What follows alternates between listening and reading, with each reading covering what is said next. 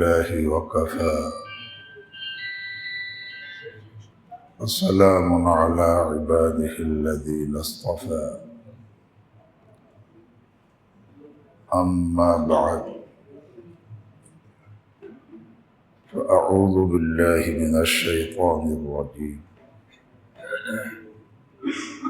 بسم الله الرحمن الرحيم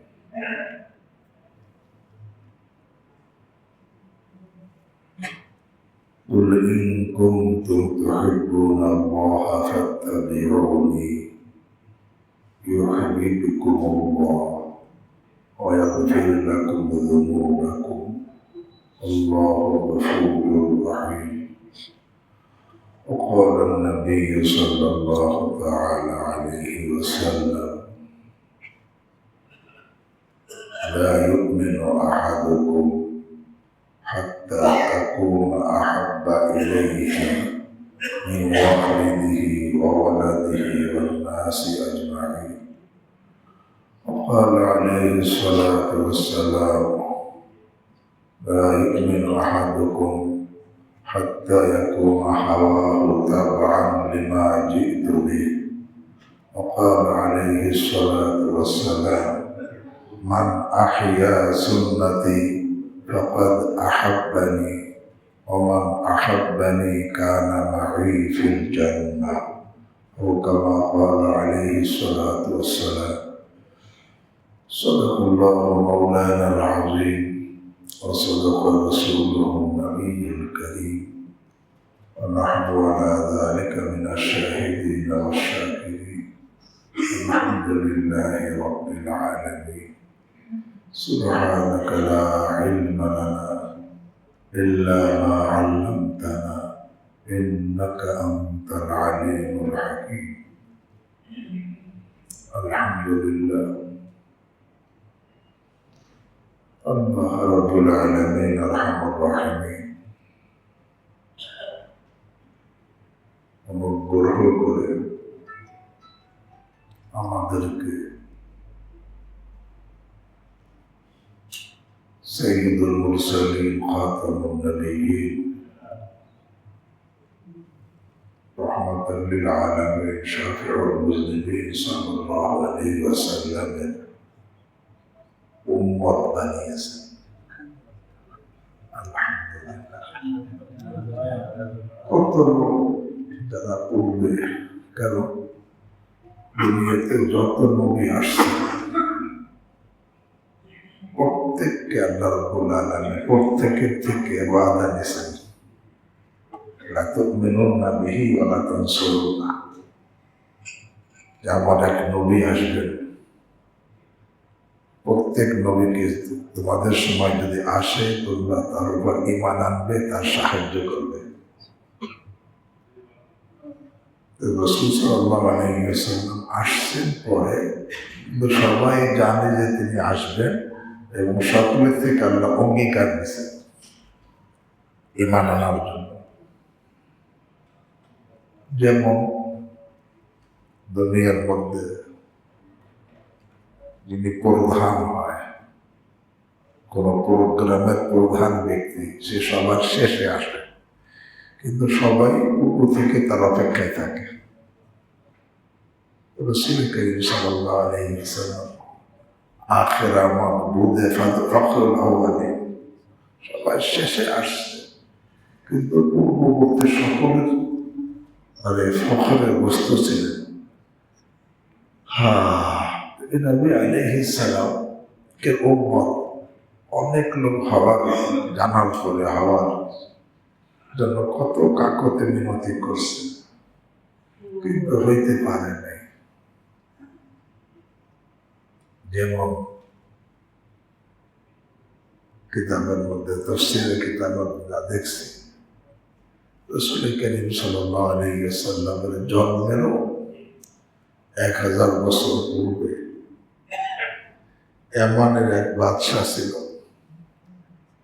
তার নাম আসাদ ছিল। আসাদ উপনাম ছিল আবু কুরাইব, আর উপাধি ছিল তুব্বা।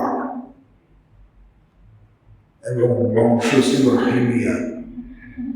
এই জন্য তাকে সংক্ষেপে বলা হতো তুব্বা হিমিয়ারি।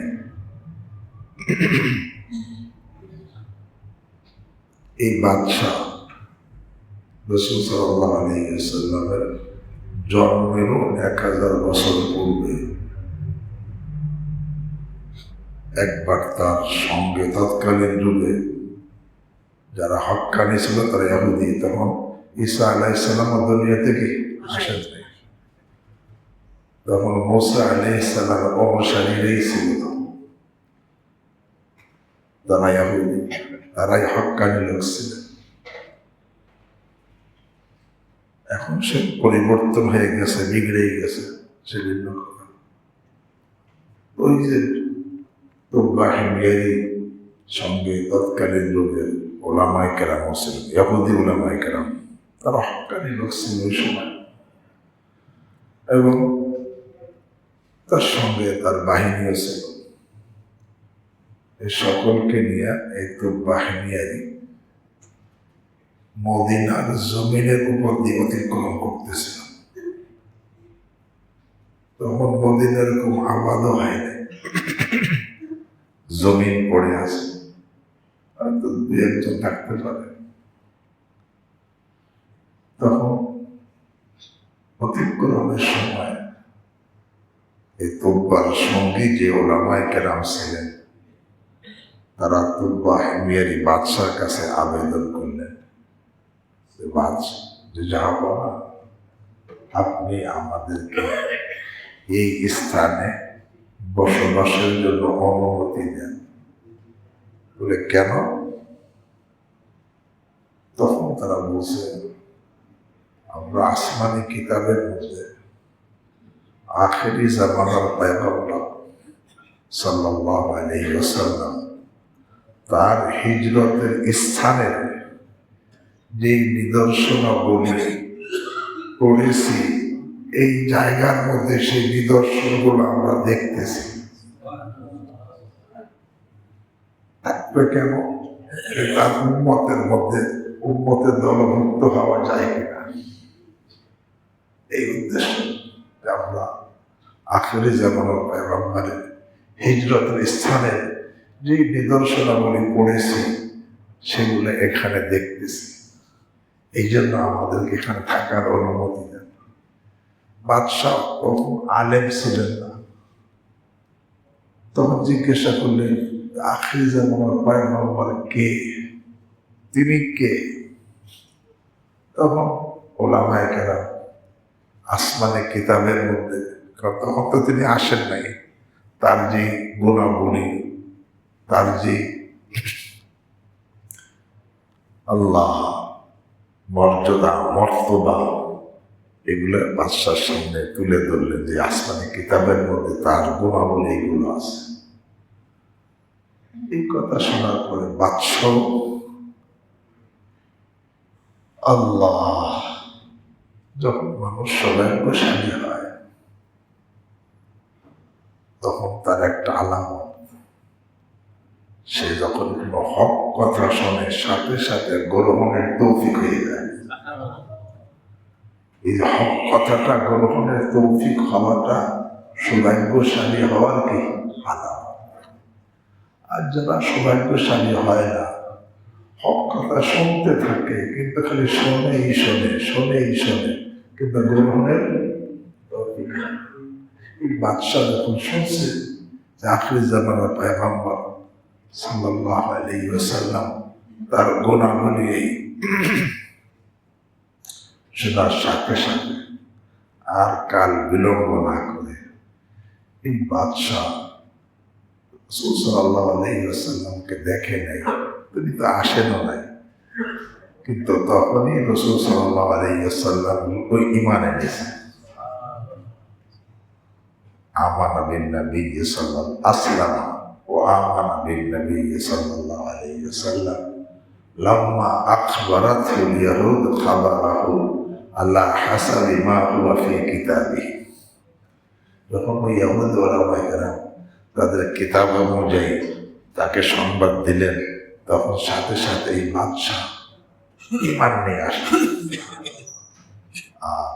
ইমান নিয়ে আসছে, আর তার মধ্যে কোনো সন্দেহ রইল না, ইমান আনার তৌফিক হয়ে গেছে। তখন ইমান তো নিয়ে আসছে, যার উপর ইমান আনছে কিন্তু এখনো দুনিয়ায় কি আসেন নাই। এখন তার উম্মতে দলভুক্ত হওয়ার জন্য একেবারে সঙ্গে ওলামায়ে কেরাম সেখানে থাকার অনুমতি চাইছে, যাতে তার উম্মতে দলভুক্ত হওয়া যায়। আর বাদশাহ তার তো থাকার, তার জিম্মাদার দায়িত্ব আছে দেশ পরিচালনা, সেখানে থাকার তো সুযোগ হয় নাই। তবে তিনি দুইটা কাজ করে গেছেন। আচ্ছা, উম্মতের দলভুক্ত হওয়া একটা হলো নিজের অর্থ দ্বারা একটা ঘর নির্মাণ করছে। কেন? যে এই নবী আলাইহিস সালাম হিজরত করে যখন এই মদিনা মুনাওয়ারায় আসবেন, তখন যেন তিনি এই ঘরে আরাম করতে পারেন, তার আরামের জন্য একটা ঘর তৈরি করছেন এই বাদশাহ বাহিনী। দ্বিতীয় আর একটা কাজ করছে, নবী আলাইহিস সালামের প্রতি একটা চিঠি লিখছে এবং এই তার প্রেমে একটা বড় কবিতা লিখছে, কাসিদা। তো চিঠি যে লিখছে, চিঠির উপরে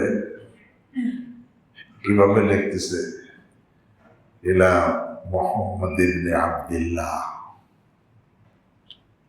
আব্দুল্লাহর পুত্র মুহাম্মদের প্রতি, তিনি কে? নবিয়্যুল্লাহ ওয়া রাসূল, যিনি আল্লাহর নবী এবং রাসূল। এবং কোন নবী কোন রাসূল? খাতামিন নবিয়্যিন, সর্বশেষ নবী, রাসূল রব্বিল আলামিন, রব্বুল আলামিনের প্রেরিত রাসূল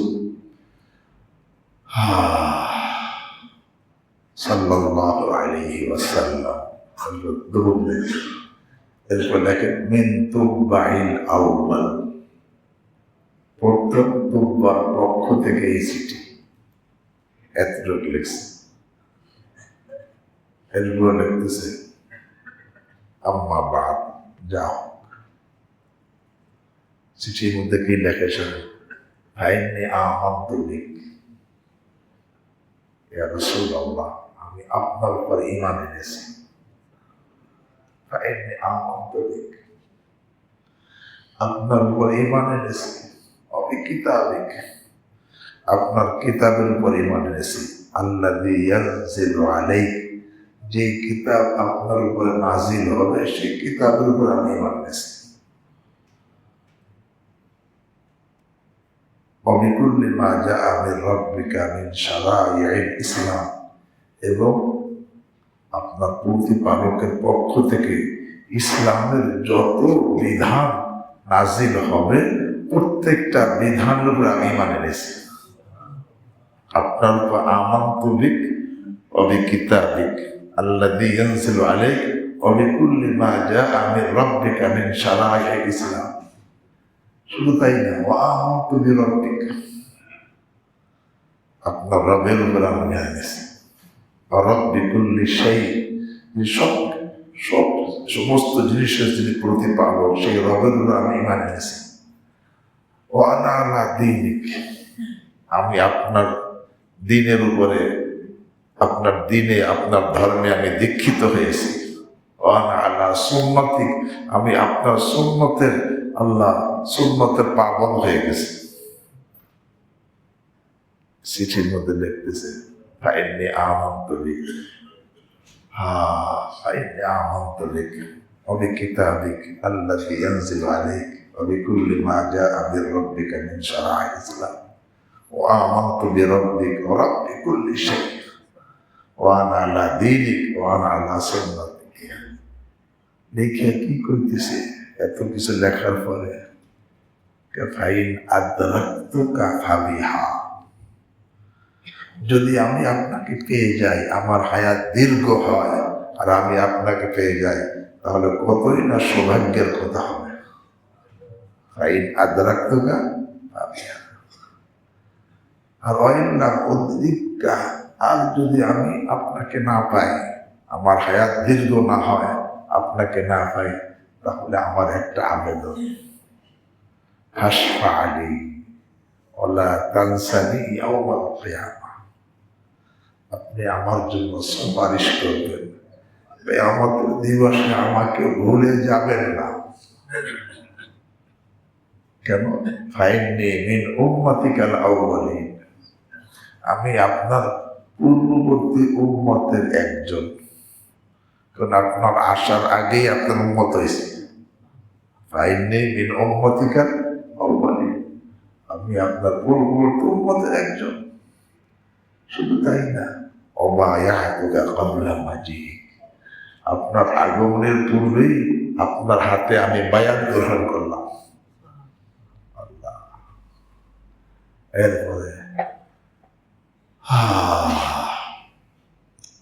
ওয়ানা আলা মিল্লাতিকা ওয়া মিল্লাতি আবিকা ইব্রাহিম আলাইহিস সালাম, আমি আপনার ধর্মের উপরে এবং আপনার পিতা ইব্রাহিম আলাইহিস সালামের ধর্মের উপরে প্রতিষ্ঠিত হন। এইগুলো চিঠি লিখছেন রাসূল কারীম সাল্লাল্লাহু আলাইহি ওয়াসাল্লামের উম্মত হওয়ার জন্য। আমরা তো আল্লাহ আমাদেরকে চাওয়া ছাড়া বানাইছে, এই জন্য আমাদের কাছে কোনো মূল্য নাই, কদর নাই। আল্লাহর হাবিবের উম্মত হওয়া কত বড় সৌভাগ্যের কথা। এক হাদিস আল্লাহর হাবিব সাল্লাল্লাহু আলাইহি ওয়াসাল্লাম বলেন, আরে কুল্লু উম্মতি ইয়াদখুলুনাল জান্নাহ, আমার প্রত্যেকটা উম্মতি জান্নাতে প্রবেশ করবে। আর এক হাদিসে বলছে, ইন্নাল্লাহা হাররামা আলাল জান্নাতি হাররামা আলাল উম্মতি আন তাদখুলাল জান্নাহ হাত্তা ইয়াদখুলাহা উম্মতি, যে আল্লাহ রাব্বুল আলামিন সমস্ত উম্মতের জন্য জান্নাতে প্রবেশ করে হারাম করে দিয়েছেন যত সময় আমার উম্মত প্রবেশ না করবে। আমার উম্মতের প্রবেশের পরে অন্যরা প্রবেশ করবে। এই উম্মতের দাম্পত্য আল্লাহ করছেন, আলহামদুলিল্লাহ। এই নবীর উম্মত আমাদেরকে বানাইছে। এই জন্য প্রথম যে এমন নবী যার উম্মত হওয়ার জন্য পূর্ব থেকে লোকেরা আবেদন করছে,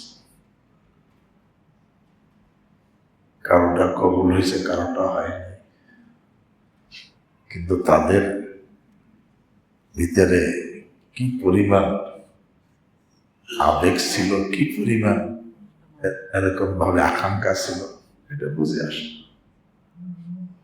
এই আমাদের আল্লাহ উম্মত বানাইছে, তার একটা, এই জন্য আমাদের প্রথম একটা দায়িত্ব তার উপর ঈমান আনা। এই জন্য প্রথমে ইব্রাহিম যে আগে লেখছে কি, ফাইন্নি আমানতু বিক, আমি আপনার উপর ঈমান এনেছি। ঈমান আনতে হবে, বিশ্বাস করতে হবে তিনি আল্লাহর প্রেরিত রাসূল। আল্লাহ ঈমান আনতে হবে। সুতরাং যদি নাউজুবিল্লাহ কারো রাসূল সাল্লাল্লাহু আলাইহি ওয়াসাল্লামের দোষারোপ করে, তার ঈমান নাই। রাসূল সাল্লাল্লাহু আলাইহি ওয়াসাল্লামের সমালোচনা যারা করে, তাদের কি নাই? ঈমান নাই। ঈমান আনতে হবে। তবে এই ঈমান পরিপূর্ণ কিভাবে হবে, এই জন্য আমি হাদিস পড়ছি।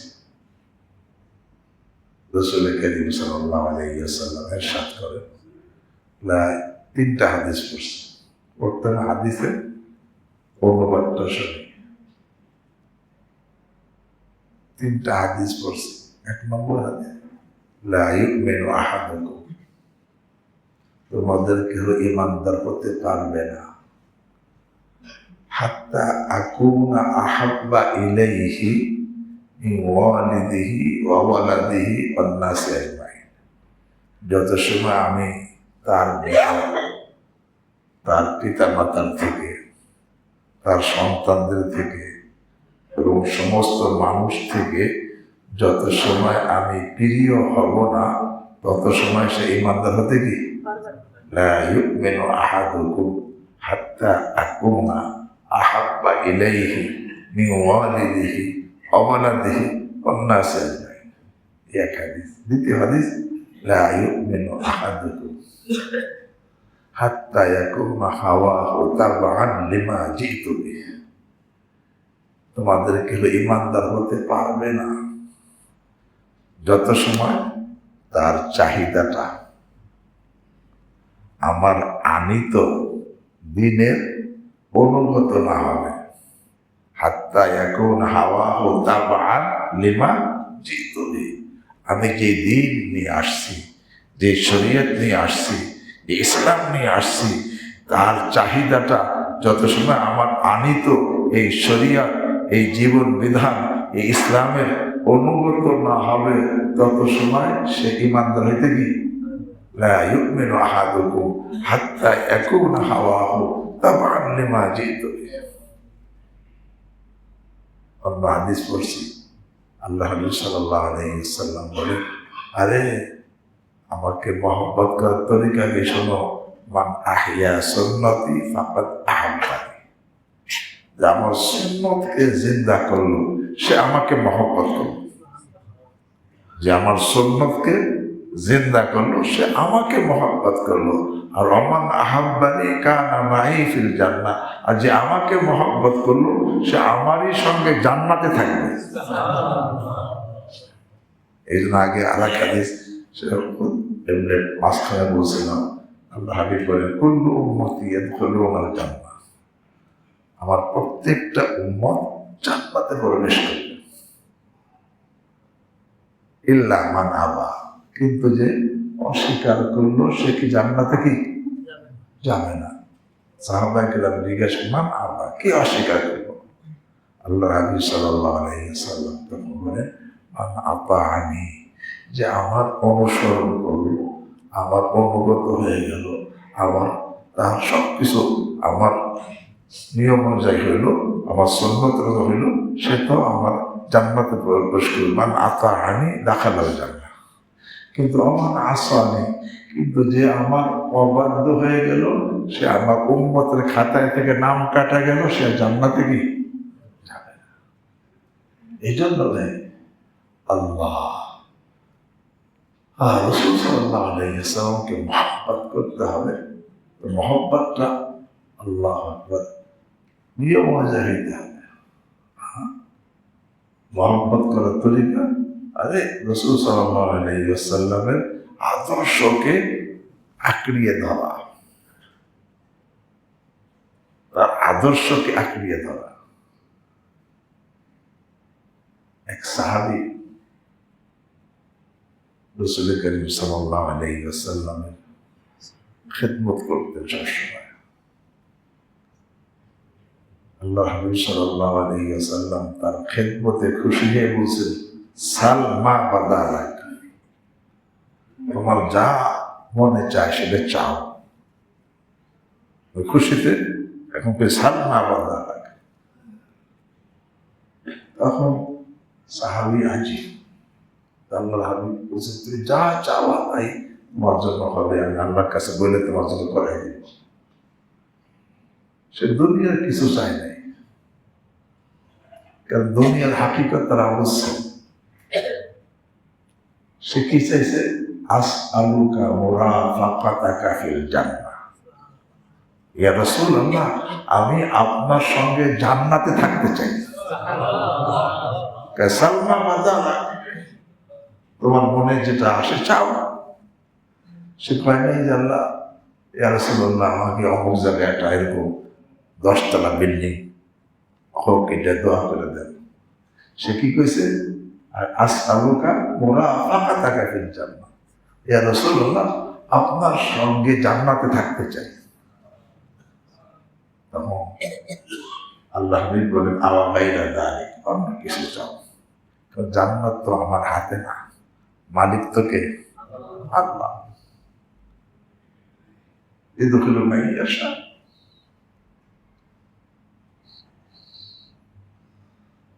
যাকে চান তাকে ঢুকাবেন, আমার হাতে তো নাই। নাই আসলে এইটাই চাই।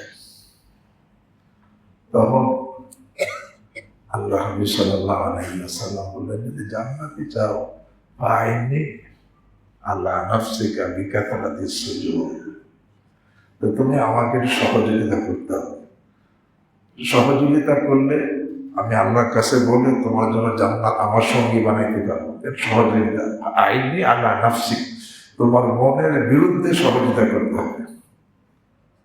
মনে চাবে না তারপর করতে হবে। সেটা কি? বিকাথরাতিস সুজুদ, বেশি বেশি নামাজ পড়ে, সিজদা করে।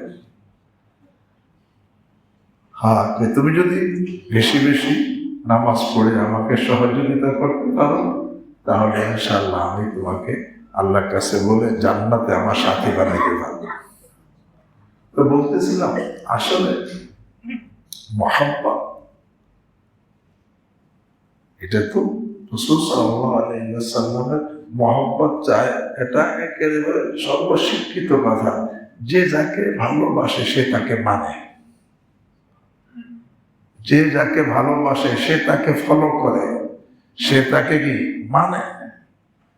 এমন একটাও ব্যতিক্রম হবে না। কেউ বলবে না যে একজনকে ভালোবাসে কিন্তু তাকে সে মানে না, তাকে সে ফলো করে না, এরকম হইতে কি পারবে না। সর্বশিক্ষিত কথা, যে যাকে ভালোবাসে সে তাকে মানে। যে নাকি আল্লাহ রাসূল সাল্লাল্লাহু আলাইহি ওয়াসাল্লামকে ভালোবাসবে, সে রাসূল সাল্লাল্লাহু আলাইহি ওয়াসাল্লামকে ফলো করবে। তার সুরত, তার সিরাত, তার পোশাক, তার উঠা বসা, তার চলাফেরা, তার ইবাদত, তার লেনদেন, তার কায় কারবার, তার সব কিছু আচার ব্যবহার, সে রাসূল সাল্লাল্লাহু আলাইহি ওয়াসাল্লামকে ফলো করবে। যে যাকে ভালোবাসে সে তাকে মানে। আইনাল মুহিব্বা লিমান ইউহিব্বু ইউতিহু, যে যাকে ভালোবাসে সে তাকে মানে। এমন একজন হয় না যে ভালোবাসার দাবি করে কিন্তু মানে না, এমন একজন হয় না। এই জন্য আল্লাহ হাবিব সাল্লাল্লাহু বলেন, লা ইউমিনু আহাদুকুম হাত্তা আকুনা আহাব্বা ইলাইহি মিন ওয়ালিদিহি ওয়া ওয়ালাদিহি ওয়ান নাস আজমাইন। এই ভালোবাসা 4 প্রকার। একটা হলো বিবেকের ভালোবাসা, একে মহব্বতে আকলি বলা হয়, বিবেক দ্বারা ভালোবাসা। আর একটা হলো দ্বিতীয় প্রকার মন দিয়ে ভালোবাসা, মনের ভালোবাসা, এ মহব্বতে তাবি বলা হয়। আরটা ইমানের ভালোবাসা, একে মহব্বতে ইমানি বলা হয়। আর একটা প্রেমের ভালোবাসা, একে মহব্বত ইশকি বলা হয়। কয় রকম হল? একটা বিবেকের ভালোবাসা, একে মহব্বতে আকলি বলা হয়। আর একটা হলো মনের দ্বারা, মন দিয়ে ভালোবাসা, মহব্বতে তাবেই বলা হয়। আর একটা হলো ইমানের কারণে ভালোবাসা, একে মহব্বত ইমানি বলা হয়। আর একটা প্রেমের কারণে, প্রেমের ভালোবাসা, একে মহব্বত ইশকি বলা হয়। মহব্বতে আকলি কি? বিবেকের ভালোবাসা কি? অনেক সময় একটা জিনিস দেখি এর মধ্যে আমার লাভ আছে, লাভ আছে, না করলে ক্ষতি, কিন্তু কাজটা করতে মনে চায় না, তারপরে করি। এই যে রাত জেগে মনে করে ব্যবসা করতে ঘুম বাদ দেওয়া লাগে, যারা জেলে রাত্রে সেই নদীতে যায় মাছ ধরতে, মনে চায় না, কিন্তু যায় কেন? এতে করলে কি আছে? লাভ আছে। তো লাভের কারণে বিবেক কয় যে না গেলে আমার লাভ, না গেলে কি হবে? লোকসান হবে। তৃতীয় ওষুধ ডাক্তারে দিছে, খাইতে মনে চায় না, কিন্তু বিবেকে কয় যে না এইটা খাইলে তোমার কি আছে? উপকার আছে, না খাইলে তোমার ক্ষতি। তখন সে তৃতীয় ওষুধটি গ্রহণ করে। এই যে এখন মনে না চাওয়া সত্ত্বেও গ্রহণ করে, একে বলে বিবেকের ভালোবাসা। এবং সে ওষুধ আনে, সে কাজ করে। এরকম ভাবে যে বিবেকের ভারবর্ষ যখন থাকে, তখন সে দেখে যে রাসূল সাল্লাল্লাহু আলাইহি ওয়াসাল্লামের সুন্নাত এটা পাবন্দি করতে মনে চায় না, কিন্তু তার বিবেক বলে এই পাবন্দি করার মধ্যে তোর মঙ্গল, তোর লাভ।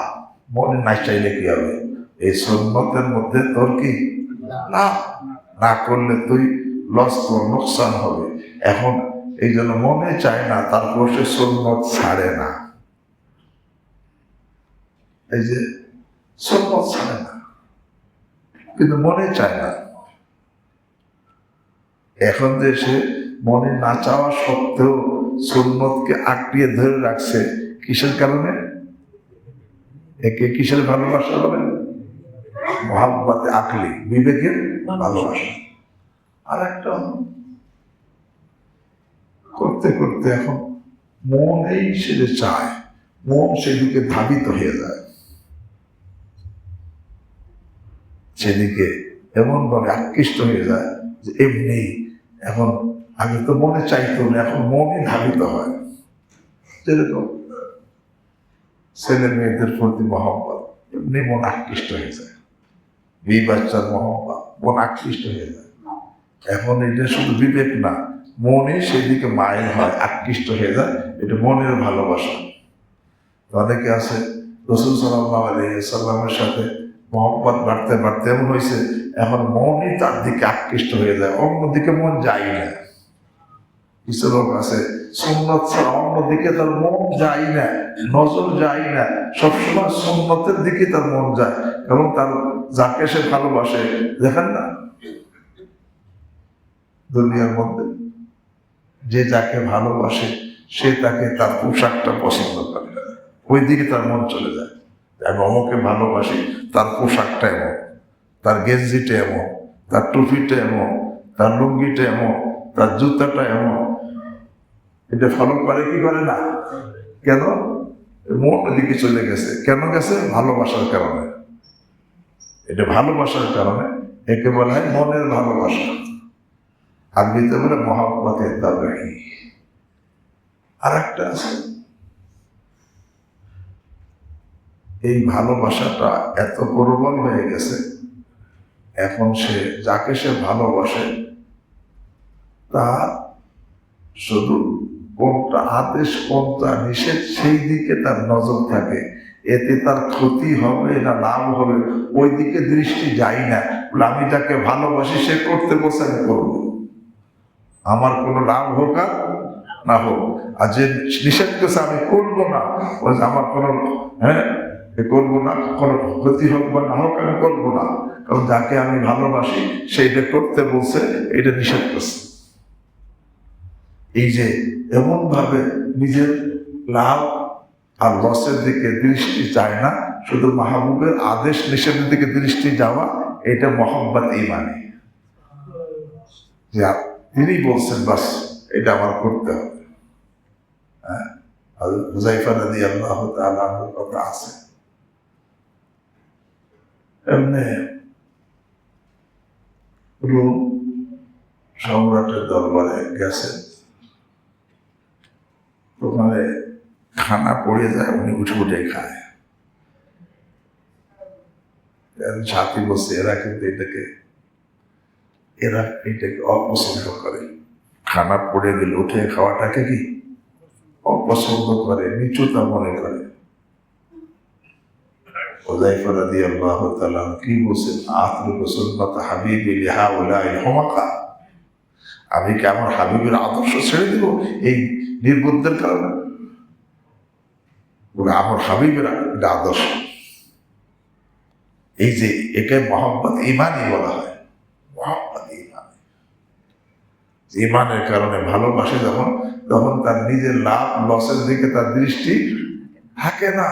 সে দেখে যে আমার হাবিবের আদেশ কিনা, বাস তার তরিকা কিনা, বাস থাকলে তার উপর সে জমে যায়। আর অন্যদিকে সে কিছুই দেখে না, নিজের লাভ লসও দেখে না। আর প্রেমের ভালোবাসা আরো উঠবে, ইমানের ভালোবাসার মধ্যে তো নিজের লাভ লসের দিকে দৃষ্টি থাকে না, তবে নিজের জাতের দিকে দৃষ্টি থাকে, নিজের খবর থাকে। কিন্তু যখন প্রেমের ভালোবাসা হয় তখন নিজেকেও সে ভুলে যায়, নিজেকেও ভুলে যায়, একে মোহাম্মদ এসকে বলা। তো রসুলের মোহাম্মদ সর্বপ্রথম নিজেকে ভালোবাসা, প্রথম এরকম হবে না, বিবেক দ্বারা ভালোবাসা। রসুল সাল্লাল্লাহু আলাইহি ওয়াসাল্লামের প্রত্যেকটা আদেশের মধ্যে মঙ্গল আছে, প্রত্যেকটা সুন্নতের মধ্যে মঙ্গল আছে। আমার মনে চাকা না চাক, তার প্রত্যেকটা নিষিদ্ধ কাজ থেকে বেঁচে থাকার মধ্যে ভালাই আছে, করলে ক্ষতি আছে। মনে চায় না, তারপর সেই আদর্শ সে ছাড়ে না। মনে চায় না দাঁড়িয়ে রাখতে সুন্নত তরিকায়, তারপর সে ছাড়ে না, বুঝে না আল্লাহর হাবিবের তরিকা এটা। এটা আমার মনে চাক আর না চাক, এর মধ্যে মঙ্গল আছে। কি মঙ্গল আছে? আমার দাদাদের মহিউল সুন্নাহ শাহ আব্দুল হক সাহেব রহমতুল্লাহ বলতেন, দেখো প্রত্যেকটা সুন্নতের মধ্যে 3টা গুণ আছে। একটা গুণ তো আজমান, সুন্দর। দ্বিতীয় গুণ আকমাল, এটা পরিপূর্ণ। তৃতীয় গুণ আসহাল, এটা সহজ। এটা সহজ হয়, সুন্দর হয়, পরিপূর্ণ হয়, এবং এর মধ্যে মঙ্গল আছে। হাদিসের মধ্যে আসছে কোনো পাত্রের মধ্যে যদি কুকুর মুখ দেয়, তার লালা লাগে, তখন ওই পাত্রটাকে ধুইতে হবে। ধোয়ার পরে মাটিতে একবার ধুইতে হবে, তো 3বার ধুইতে হবে, 7বার ধুইতে হবে। এই নিয়ে ইমামদের মাঝে ইখতিলাফ আছে। তবে একবার মাটি দ্বারা ধোয়ার হুকুম আছে, 3বার ধোয়ার পরে একবার মাটি দ্বারা ডলে দিতে হবে। এই যে আদর্শ, মাটি দ্বারা ধুইলে ধোয়া কিন্তু সুন্নাত, ফরজ না। 3বার ধুইলেই পবিত্র হয়ে যায়, কিন্তু মাটি দ্বারা ধোয়াটা কি সুন্নাত। কিন্তু এই সুন্নতের মধ্যে কি খায়ের আছে? আল্লাহ এক। ডাক্তার, জার্মানির এক ডাক্তার, সেই দিনে গবেষণা করছে যে মাটি দ্বারা কেন ধুইতে। তখন দেখে কুকুরের লালার মধ্যে একটা বিষাক্ত জীবাণু থাকে, যার দ্বারা জলাতঙ্ক রোগ হয়। এই জীবাণুটাকে মারার জন্য যে একটা পদার্থের দরকার, একে নেশাদার বলে। এই পদার্থটা সবচাইতে বেশি পাওয়া যায় মাটির মধ্যে, সাবানের মধ্যে নাই, সোডার মধ্যে নাই, অন্য ছাইয়ের মধ্যে নাই, আছে কিসের মধ্যে? বলে গেছে তো মাটিতে ধোয়াটা সুন্নাত। এবং সেই জার্মানি ডাক্তার এটা যখন নাকি গবেষণা করে পাইছে, সে ইমানদার হয়ে গেছে। প্রত্যেকটা সুন্নতের মধ্যে সুন্নতের 2টা দিক থাকে। একটা থাকে বাহ্যিক দিক, সৌন্দর্য দিক, আর একটা থাকে ভিতরের দিক। যেমন একটা ফুলের 2টা দিক, সৌন্দর্য দিক, একটা ঘেরানোর দিক। তো রাসূল সাল্লাল্লাহু আলাইহি ওয়াসাল্লামের সুন্নতের মধ্যে একটা বাহ্যিক দিক আছে, একটা হলো এরকম ভাবে বাস্তবিক, একটা ভিতরের বাস্তবিক একটা দিক আছে।